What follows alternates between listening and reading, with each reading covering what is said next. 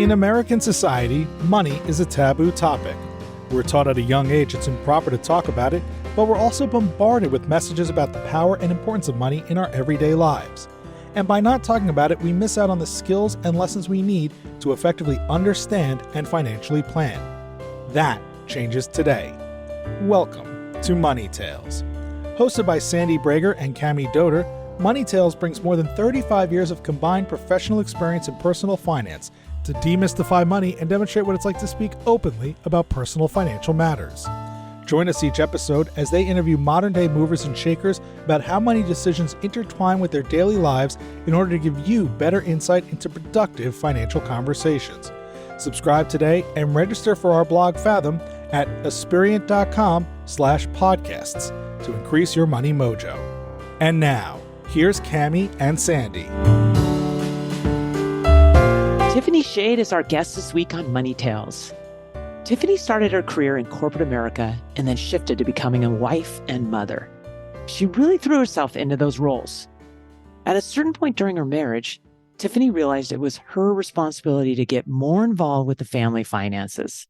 As she tells us, she worked on both her self-confidence and financial confidence. That helped Tiffany achieve the clarity she was looking for, which led to her launching her own business and deciding to leave the marriage. Tiffany is the founder and CEO of Sacred Child Beauty. Aware of many hats, Tiffany sought to combine her background as a certified holistic health coach with her love of lipsticks and all things luscious. Today, through Sacred Child Beauty, she's bringing benevolence to the industry as a changemaker of cosmetics. The company's line of clean, non-toxic, cruelty-free, and highly pigmented products is suited for people of all identities to look and feel their best. Here are 3 key Money Tales conversation topics Tiffany hits on in this conversation. First, what it was like to be in a relationship where she didn't have insights to how her partner was spending their money. Second, how, when it comes to personal finances, it's important to ask questions when you don't understand something. And if you don't get a satisfying answer, ask the question differently or ask someone else. Third, how the nagging voice in the back of her head motivated Tiffany to become an entrepreneur. We hope you share this episode with a friend, and please subscribe to Money Tales on your favorite podcast platform. Now, on to our conversation with Tiffany Schade. Hi, Money Tales listeners. Before we introduce our guest today, I had a topic for you, Sandy. I am a big fan of setting goals. I want them to be achievable, so trying to keep it simple. And one of the areas is around financial habits, some really good foundational financial habits. And I know I'm talking to the right person about this. You know, where my brain goes, Sandy, is to, again, I want to keep it simple. And I want it to be impactful. So I have a tendency to not check my statements, whether they're banking, savings, investments. I let them pile up. And it gives me anxiety because I haven't checked them, but I don't want to set aside the time. So one of the financial habits I want to create is a more frequent checking of those different accounts. And I'm curious, do you have any recommendations from a frequency standpoint? Ooh. Well, I would say it would be great if you could check once a month. Okay. But if you're starting at ground zero, so if that feels too ambitious, once a quarter. And I recommend going into your calendar and setting aside time and just completely blocking it on your calendar in that regular routine, whether it's monthly or quarterly, so that you already have the time set aside, and make it really easy on yourself. I know I have almost all my accounts set up for e-statements, and I have my password locker, and it's really easy to get into all my different financial institutions and check things out. That's the easy way to check. Or if you're someone who likes to use an expense management or budgeting software, there's tons out there. And that's a way to have all of those different financial institutions feed your information into an app. And you can look at it all in one place that way. There's a lot of different ways to do it, Cami. I love that this is a goal of yours, but do everything you can to make it super easy to create this habit. So you don't even have to think about it. You're just primed and ready to go when it's time to check out all your financial affairs. I really like this idea of setting aside time and truly blocking off my calendar, because you can have the best of intentions, but the day gets crazy and it's once a month. And that's easy. You said once a month. I thought you were going to say once a week. Once a month, that's easy, right? But then your time gets sucked up. And I read something from James Clear, author of Atomic Habits, and he was talking about goals are great, but it's all about the system. And I figure that as you can't achieve the goal unless you have the system in place. And I like that. It starts with just setting aside that time. Yeah. And if you want to next level it, Cami, I would challenge you to make observations at the end of your review, whatever they might be. Do a values check. Are you spending money in alignment with your values? Did you see some surprising transaction that you didn't remember about? You want to go back and look at? Whatever it is, take some time not only to look, but to reflect and think about the information that you just collected and reviewed and determine if you want to change habits on a go forward basis even more. That's even more fun because then it becomes real and it becomes my story. I think that's great. Well, maybe our guests today have some ideas on some good foundational habits. I just have to say that, that is one of my goals. I actually have a system set up, and it's just so hard. And monthly is my goal to go through all of my accounts and my investments and also my spending, where I go in and I label everything in my program and then review it and go, yay, I did better, or I need to make some changes. I like that. Some celebration. Yeah, yes, you have to celebrate the small things. Yes, that will help reinforce a habit. That's for sure. Well, this is great. So without further ado, welcome to the Money Tales podcast, Tiffany Schade. Thank you so much. I'm so happy to be here with you two. I appreciate the time. Absolutely. Would you provide an introduction and in that share a couple pivotal moments in your life that really influenced who you are today? Yes. So again, I'm Tiffany Schade, and I am the founder of a non-toxic, cruelty-free cosmetics brand called Sacred Child Beauty. And it's something I'm really, really passionate about, just really been my heart and soul. And a couple pivotal moments in my life that really have put me where I am today certainly are my childhood, like for all of us, really influences the place of foundation. And my childhood actually gave me opportunity to really think about and really go through a lot of processing on what I wanted to change about it, what I saw that wasn't working and what I saw in other people and other families that were working. I was the first one in my family to go to a university, and seeing, growing up and hearing my mother and my grandmother really reinforcing to me all the time how important getting an education is. That was the number one thing, is just education, education, education. The, I guess, second pivotal moment was going to UC Berkeley, feeling in such awe of all of this learning and all of these ideas and all of this challenging of the status quo and questioning. And it was just like a really vibrant place to be. And I was an art major, so I was in the art department. So that was also an amazing place to be in terms of exploring ideas. And it really made me open up a lot in terms of what I was open to. I was just like, everything was open. So I really cherished that time. And from there, I went into corporate America, which was a huge shift for me because no one in my family had been in corporate America before. So I didn't know what it would feel like. And it was I'm going to age myself like I'm 1,000,000 years old, but I remember being asked to, I was interning in HR at the corporate headquarters of Macy's, and they asked me to fax something. And I went to the fax machine and I was like, I don't know how to use a fax machine. They don't teach you that in college, do they? No, and this was before smartphones. And so I couldn't look it up. And I was like, oh my gosh, what do I do? But that was a really incredible experience. And it was another big shift. It was back when we had to wear suits to work and, everything was very buttoned down back then. I had the opportunity to work with some really like major players in cosmetics and skincare retailing, which was wonderful. It built my confidence in terms of my ideas and my instincts.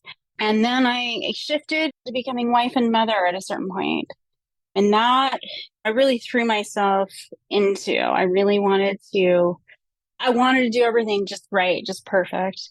And I had my son, who I'm sure anyone who has a child understands just how life-changing that is. And I couldn't fully appreciate it until I had him, because suddenly it was like, I've got this person, this beautiful soul who he doesn't need to have any of this other stuff that I've experienced. He doesn't have to that's not his deal. And so that really pushed me into some deep therapy, and which gave me lots of questions and really gave me the space to fully become who I am now. And then I'd say the last thing was starting this business. And then I become interested in holistic health along the way. I became a certified holistic health coach, and was starting this business, and it coincided with me filing for divorce. Like I filed for divorce a couple months later. And so that's been very significant. Tiffany, tell us about, as you're growing up with your mom and your grandmother encouraging you to further your education. Would you tell us more about that story and describe why did they think it was so important for you to go off to college, and what were their hopes and dreams for you? Yeah, absolutely. So the women in my family have all had children very young. I was the outlier. I had my son when I was 31, but my grandmother was 14. My mother was 17, and my mother she had dreams in high school of being a flight attendant because she wanted to travel and see the world. And when she unintentionally got pregnant in high school, that was really something that really changed her life in a big way. And so she always really made it a point to tell me how significant it was, that experience and her not growing as far as her education. Also, at the time, my parents divorced. They started the divorce when I was 11. And we really went from having plenty, we were very comfortable, and it was like night and day once my mom filed for divorce. Financially? Yes, financially. We had housekeepers, we had vacations, we had all the things, racehorses, everything. And it quickly went to where we didn't have much at all, and we were really scrimping, and there wasn't money for allowance, and there wasn't money for extracurricular things. So that also really made me, my mom went back to become a nurse, and she would reinforce in me, Tiffany, you really need to always have an education to fall back on. I didn't have it. I got my GED, and now I'm this age going back to get my RN, and it's overwhelming. You never know what's going to happen in life.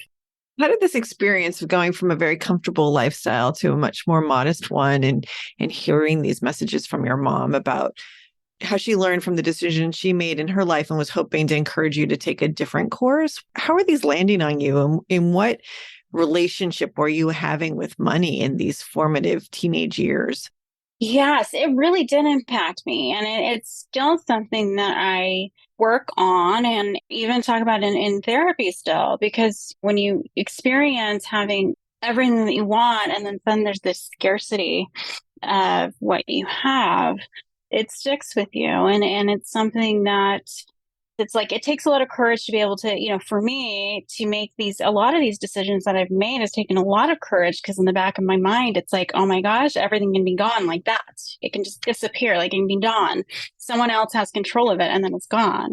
So interestingly enough, I was like, oh, I'm never going to be in that situation. You know how opinionated we are when we are teenagers. Like, that's never going to happen to me. I'm never going to do that.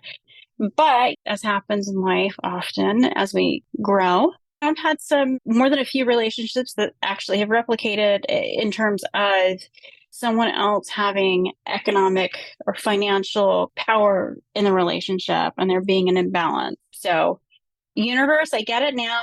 I got it. I don't need any more and no more lessons. But yeah, that was very difficult. And I had wanted to be able to help, when you're a teenager, you want to be able to do these things. I mean, there were times when, she needed me to leave lunch during lunch hour at school in high school and drive to the bank and deposit the child support checks because we were literally living, paycheck to paycheck. And there were times when, electricity went out and mom was like, oh, oops, I forgot to pay the electrical bill and things like that. So scarcity wasn't just a mindset, it was a reality. Yeah, it was a reality. And my mom made it work as best as she could, but certainly, financially, she definitely had some credit card debt and things like that that I hope not to ever repeat because that's a scary place to be. Tiffany, you mentioned being in relationships where other people had financial control. I'm wondering, would you say more about that? Because it's such a common situation that many people don't feel comfortable talking about. Wondering if you'd feel comfortable opening up to us about what that was like. Absolutely. I think the more that we all can share our experiences and understand that other people are having them, the better it is we're going to be able to make our situation. You go into these relationships and you love each other so much and there's this pressure, this feeling of that it is not being loving, particularly I think with someone who is earning more money. I feel like they have an expectation or there's this feeling or dynamic that you're not going to push too hard. You're going to trust them. They'll tell you what they need to tell you. They will show you what you need to know. And at certain times, especially after I had my son, you start to times like that in our lives, right? These major kind of milestones, we can get distracted by other things. But in my relationships, I would really hand over power. And there was a sense of, I think, unworthiness internally on my part. There was a sense of, if I love this person, I don't need to know all this information. I can trust them. But I would say it is so important to always be involved in the finances of any relationship you're in, any relationship. Even if you are staying at home, you're not working a job outside of the home, or you're doing a different type of job, or you make less money, that doesn't matter. It is your life together, and you both are equal partners. And you need to insist on seeing the accounts, and you need to insist on seeing the investments, and you need to insist on having the passwords for all of these things. I see spreadsheets sometimes and I have explanations, but I didn't push my way. I mostly didn't push my way into going into the accounts myself and really looking at them and having access to them. Tiffany, you just said a really important thing. You need to insist on seeing the accounts, knowing the passwords. And I also appreciate that we can see statements, but maybe we don't understand it. So asking the questions over and over until we do. And I think that's really powerful. It sounds like you've been able to get to a point in your life where you could do that in your relationship. And if you can describe how you've gotten there, that'd be really an important lesson for all of us. As my confidence kind of grew in terms of where I was going, and when I say confidence, I don't necessarily mean my self-confidence, because that was still something I was really struggling with and working on. But my confidence about, okay, this is the direction I have to go, and I have to be involved in these statements. I have to start becoming responsible. I have to take some responsibility fiscally for this. And once I decided that it was my right, that I was entitled to see these things, that I was entitled to, just because I was in the home did not mean I wasn't entitled to it. Then I became very insistent. And I think when I got the pushback where, oh, let me give you the password over the phone because I'm not comfortable. Or, you know what, I'm in public. I don't want people to overhear it. Let me give you passwords when I get home. We'll do it this weekend. It would be excuse after excuse.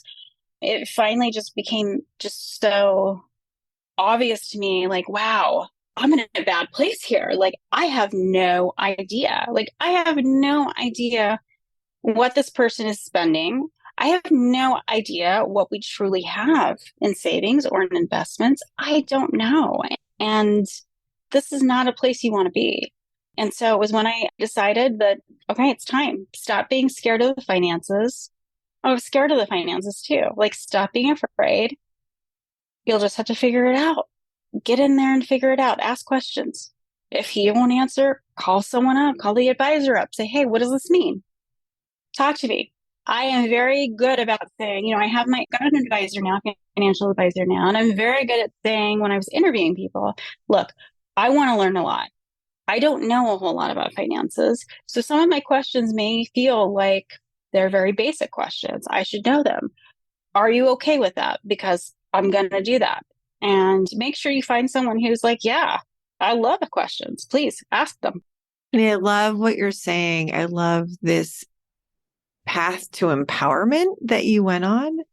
And as you describe it today, you sound so confident and inspiring. And I'm just wondering, when you were in that spot of curiosity and really telling yourself you needed to get in there and understand, what did that feel like for you? Oh, it was so, so scary. I remember I was terrified because I knew this was an area that was really going to test the relationship. And that was very scary. But I knew at that point, it was like, this is my right. This is my self-worth. I am allowed to do this. And if it pushes this relationship, then okay, like that's what it is. And, a huge realization was when I came home and this person had made a major purchase without any sort of conversation with me. I said, I could never do that. Like, that would never be okay in this relationship. And really, you're just seeing that imbalance. And then soon after that, because I was really questioning them, being told, okay, I think we need to start doing an allowance situation. And that was like, wow, no, I'm not a child. Oh, wow. So Tiffany, the allowance, so a conversation with him, he said, was to have an allowance. Yes, it's time to have a conversation about allowance. We'll both have the allowance so we can spend our money on what we want without the other person knowing. And I said, well, hold on a minute. You spend money because I can't see what you spend. I'm not in the accounts. I don't understand how this benefits me at all. So yeah, it was that each step, it's a baby step. We have to be good with, all right, today I'm going to push this one today. I'm going to push the question of, I want the passwords. Okay. And you build up, and I think it just builds up for me over time. That little tiny voice became bigger and bigger and bigger. Tiffany, at the time, were you talking to friends and family about how you were feeling?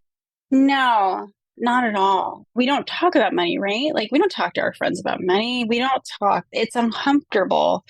It just felt like I was embarrassed too.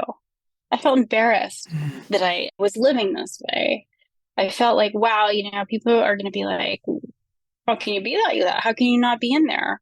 And there were a few times where I may have mentioned a little bit to somebody, but not much. Towards the end, yes. Like when the bigger things started happening, yes, I did a little bit, but still I would say it was mostly between me and my therapist, because that was where I was comfortable. And so you made changes in your life, very positive sounding changes, and you decided to start a business. So you're going from one scary situation to another. Tell us what that was like. Was it scary for you? Yes. And I think that also contributed to me. It was terrifying. And then also that kind of happened before, that was while I was in the relationship is when I started it. And I think that also, it just gave me, I think, more confidence to start to try and know that, hey, wait a minute, I need to be involved in this. I'm smarter than I'm giving myself credit for.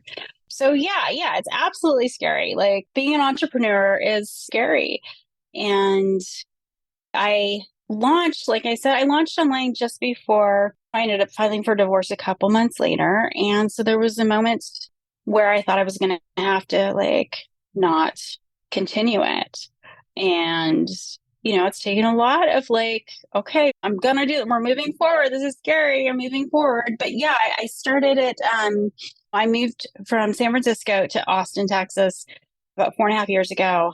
And at the time, I was in the middle of my Pilates teacher training program. And I thought I was going to be a holistic health coach and have a Pilates business as well. And so I had met with an old boss from like a million years ago from Sephora when they first came over from the US. And she was always this amazing, just such a great mentor. And I met with her not too long before I moved. And she had started a clean beauty retailer. And so I was asking her, like, because I was just kind of curious, like, so what's going on like in clean beauty? I'd done mostly conventional beauty. I had tried to find some clean beauty products that worked for me, but most of them that I was seeing weren't super pigmented and weren't long lasting and all of these things I wanted. I had no intention of going back into cosmetics. I just thought I had already been, I did it. And that conversation with her where she said, we really I've got great vendors, but, great brands, but I need some founders that have that traditional retailer buying background. And I think that's, you should really look at color. And I was like, forget it. Not going to happen. And I moved and it just kept nagging, when you have that kind of something just nagging at you. And at that point in my life, I was living so small. And what I mean by that is I was just being as small as I could be. Like I was living small in my life. I was making my life work around my relationship and around my son. And I really wasn't doing a lot for me. Like I was trying to make things fit into it. And so it was scary and my confidence was down. And so I told myself, like I said, okay, I don't know if I can do this, but what we're going to do is I'm going to give myself one question a week and I'm going to look up that online. I'm going to call whoever I need to call, email whoever I need to email, but I'm going to do that once a week and I have to reach out to somebody. And so it started out with just like that. Going back to the habits. It scared me, it scared me because I was like, wow, they're going to think I'm dumb. They're going to think I'm some silly like housewife. And they didn't. And I was like, wow, okay. And so it just kept going. And I'm like, okay, next step. Like each step was scary for me. Each step, like, okay, order some samples. Okay, let's do this. Let's do that. And then all of a sudden I had this business. I look at my website even now. I'm like, oh my, I don't even know how I did that. But, it's, again, baby steps. Tiffany, with your son, I'm curious, how are you raising him with regards to money and having money conversations and connecting money with values? Yeah, I mean, that has been interesting. So, it's definitely come out more now since the divorce. And even though they're challenging conversations, I think they're really good conversations for him. He has never had to want for anything. And now he's in 2 homes, and one home can go on the nice vacations, can do all the things. Was this the summer place in Italy? And then the other home, is like, okay, well, we're going to do this mellow vacation or this break. I told him, we did some vacations earlier this year and we're done. Like, that's all that I have in our vacation budget. And so we're going to stay home and we're going to have fun together. That's what we're going to do. And so it's been interesting. We've had to have these conversations of where he, interestingly enough, has felt a little entitled about saying, hey, no, I know you have enough for this or you have enough for that. So we've had to really have some sit downs and really say, like, no, let me talk to you about finances in this house. And with him, it's definitely been a challenge, like trying to get him to understand the value of money. Because in one home where, okay, you can have an allowance, but you actually have to do the things. And then it's different in the other home where it's more freely given. So, he's kind of like, yeah, whatever. I don't feel like cleaning the cat litter box. I'm not worried about that money this week. So yeah, it's something I'm trying to figure out.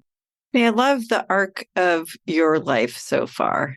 It's one that, as you talk about it today, you've really climbed up this ladder of empowerment, and you are so thoughtful and in charge and on top of everything. And I want to congratulate you for that, because the transition you've taken yourself through is not an easy one. And it's really inspiring hearing your story. What is your next money conversation going to be, and who's it going to be with? It's for sure with my son.